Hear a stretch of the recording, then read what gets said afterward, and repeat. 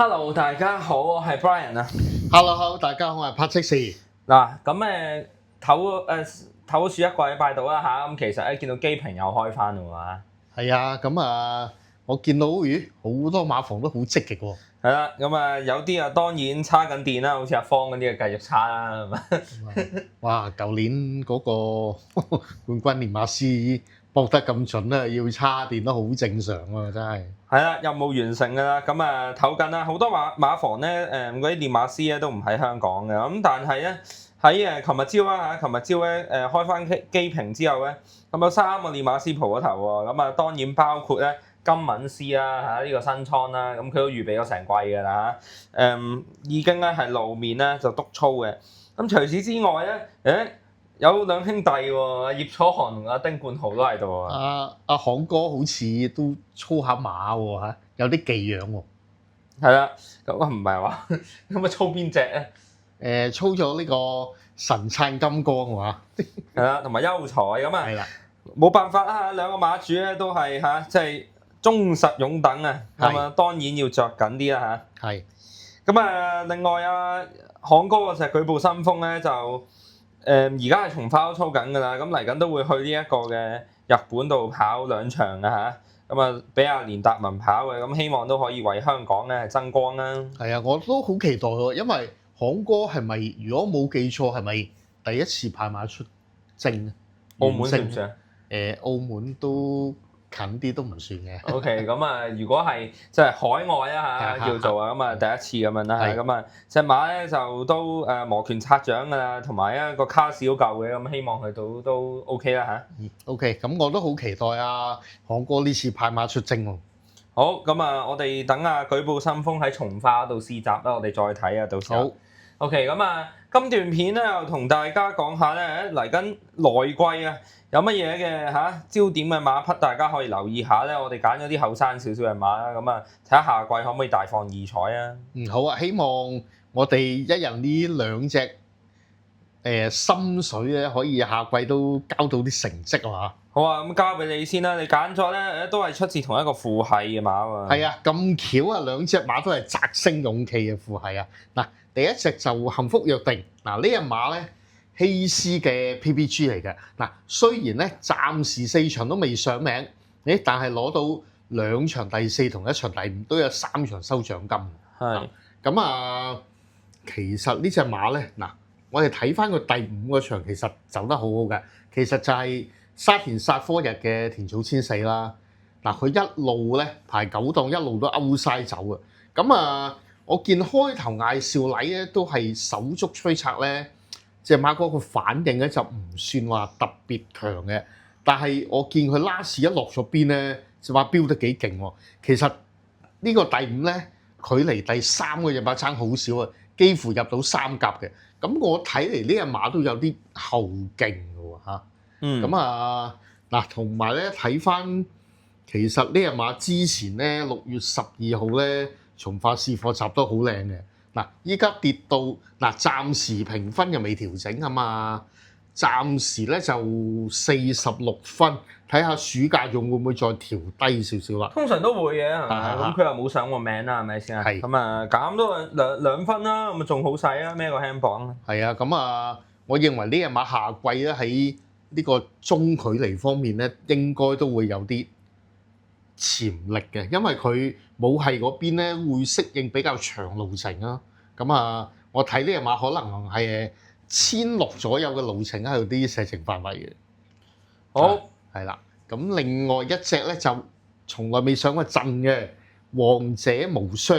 嗱，呢隻馬雖然未出過，但係咧佢喺從化2個試閘咧都係贏出嘅。走勢都唔錯嘅。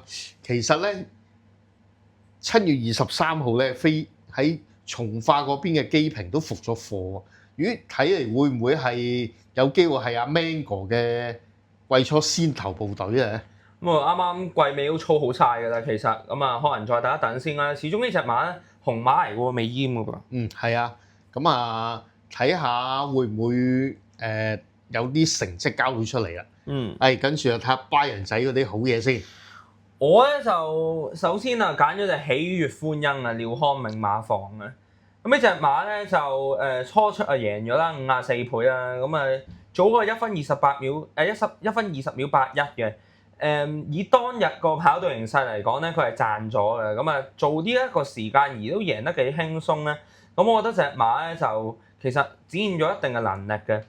咁再出跑個第3個場咧，因為孭135磅咧，咁賽前都有聽到啲消息就話順其自然啦嚇，因為都咁重磅嘅隻馬孭到135磅，咁3歲馬咧就唔想 push 得隻馬太緊要。咁翻到嚟其實奧爾文咧有冇直路抽極都抽唔到隻馬出嚟嘅。咁追翻第3啊，輸俾哈羅威8000好運咧，都係季尾咧嘅4班中堅分子嚟嘅。咁呢隻馬咧，我睇佢咁早啊，就嚟香港咁早已經交到表現啦。下季跑嗰啲中距離啊，轉4歲咧應該會更加好嘅。咁始終咧，我都係信呢個馬房咧去搞呢啲馬咧會搞得幾好嘅。咁呢隻喜悅歡欣咧就值得留意下喎嚇。咁睇下有冇得衝下啲4歲賽啊。呢隻馬其實贏嗰場個姿態都幾犀利喎。因為贏得輕鬆嘅，雖然係賺咗條欄啦，咁但係贏得輕鬆啦嚇。咁所以我之後覺得佢應該仲有得上嘅嚇。廖康銘會即係再 train 啲馬咧，係睇下可唔可以贏咗場3班，再上啲4歲系列賽啊。好。咁另外一隻咧就時時歡聲啦。呢隻咧我睇佢咧係瞄住呢個年尾嘅國際賽嘅。咁其實望翻而家跑1里嗰啲馬咧就大混戰嘅基本上啊。咁我之後覺得都要一紮嘅新馬位上嚟幫手接一接班啦。呢隻時時歡聲咧，咁基建一傷完咁喂復出贏3場喎，可以今季。咁而且咧，其實我見佢贏起上嚟咧，無論時間啦同埋姿態咧都輕鬆喎呢隻馬。咁當然啦，隻馬之後咧走咗上去跑1600啦，咁同埋季尾嘅形勢唔係咁好啊。咁再加埋咧即係扣女美麗同享咁好表現係咪先？咁當然時時歡聲咧就試驗性質啦嚇，始終嗰隻就證明晒啦嚇。咁唔緊要嘅，呢啲馬咧100分起步咧，喺季初咧嗰啲3級賽、2級賽咧大把選擇，又唔使咩重磅。咁我睇呢啲馬咧，第日如果俾翻阿潘頓跑我諗都即係喺啲級際賽，甚至乎年尾嘅國際賽咧，我信告東尼會練到呢隻馬咧係克服到1600嘅嚇。其實睇翻呢隻馬有個好正嘅地方嘅，佢唔使點樣太多流放，即係可以咬好位咧都得嘅。呢樣嘢喺個跑道上好有機會咧係佔到啲先機嘅。其實佢嘅跑法咧就自己放又得，佢跟住一隻半隻走又得。咁體型又大隻喎呢啲馬，咁立啲步出去咧又係好闊嘅。咁我覺得如果告東尼keep 到啲馬個傷患咧，就唔好再復發先啦。咁再進步啲嘅話咧，我覺得呢啲馬咧係有權接班嘅。OK， 呢隻馬嘅其實香港跑8場啫嘛，4冠1亞成績真係好好。即係個里程用好少嘅啫。咁居然都咁快上咗100分啦。咁當然啦季尾咧就試一試嗰啲1600先啦嚇。咁同埋我覺得呢件衫都係俾翻阿潘頓跑會係似樣啲嘅。當年始終都贏過呢個大賽喎，呢件賽衣喺潘頓胯下。係啊，咁我哋期待下季呢隻馬仲有冇進步啊？最緊要操得翻咧。而家係從化隻馬咁唞緊暑嘅，咁個仔都唔心急嘅，因為個目標都唔係擺喺9月10月嗰啲㗎啦。咁所以我咧就揀埋呢隻馬，希望接到班啊！咁今次咧同大家總結咗4匹馬，我哋覺得咧下季初都可以留意嘅，我覺得有啲嘅已經。因為譬如話喜歡欣咁，我預佢衝4歲賽嘅話，咁你季初都要攞啲成績先得㗎。咁你王者無雙咧就已經係操好晒嚟跑㗎啦。